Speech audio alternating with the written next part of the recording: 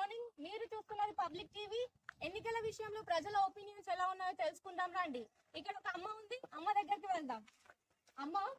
అబ్బా వద్దమ్మా, పోండి అమ్మ, మీకే వేస్తా ఓటు, మీకే వేస్తా పోండి. లేదమ్మా లేదు, మేము ప్రచారానికి రాలేదు, మేము న్యూస్ రిపోర్టర్స్ అండి. చెప్పమ్మా. నమస్తే అమ్మ. నమస్తే. మీ పేరు? పార్వతమ్మ. చెప్పండి, మీ అమూల్యమైన ఓటు ఎవరికి వేయాలనుకుంటున్నారు? నాకు ఈ ఓట్ల గురించి వీటి గురించి తెలియదమ్మా. మా ఆయన అత్త మామలు ఎవరికి చెబితే వాళ్ళకే వేస్తా, నాకు తెలియదు. చూసారు కదండి, సమాజంలో పరిస్థితులు ఇలా ఉన్నాయి. తన అమూల్యమైన ఓటు విలువ కూడా తను తెలుసుకోలేకపోతున్నది. మరి మనం నాయకులను ఎంచుకునేది వాళ్ళ అద్దెల మెడలు కట్టడానికా లేదా పేద బ్రతుకులు మార్చడానికా అన్నది ప్రశ్నార్థకంగా మారింది. మరికొద్ది సేపట్లో మరికొత్త అప్డేట్ తో మళ్ళీ మీ ముందుంటా. కెమెరామాన్ షణ్ముఖేతో గంగోత్రి.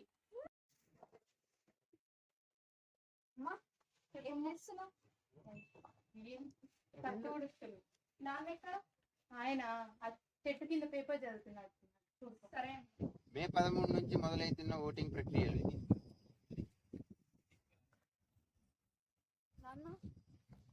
చెప్పమ్మా. రేపు మార్నింగ్ ట్రైన్ ఉంది, నేను టికెట్స్ బుక్ చేసుకుని వెళ్ళిపోతున్నాను అన్న. అవునా, ఓటేసి వెళ్ళొచ్చు కదమ్మా. నా ఒక్క ఓటుతో ఏమవుతుంది అన్న? అయ్యో, వాజ్పేయి గారి ప్రభుత్వం పడిపోయింది కూడా ఆ ఒక్క ఓటుతోనే అమ్మా. అబ్బా నాన్న, లేదు నాన్న, నేను వెళ్ళాలి, నాకు అర్జెంట్ వర్క్ ఉంది. వద్దమ్మా, ఓటేసి వెళ్ళు. చూడమ్మా, సమాజంలో చేయి కలిపితేనే మంచి నాయకుడిని ఎన్నుకోగలుగుతాం. సో ఎలక్షన్ అయిపోయిన తర్వాతనే వెళ్ళమ్మా. సరే నాన్న, ఎలక్షన్స్ అయిపోయిన తర్వాతనే వెళ్తా. ఓటేసి వెళ్తా.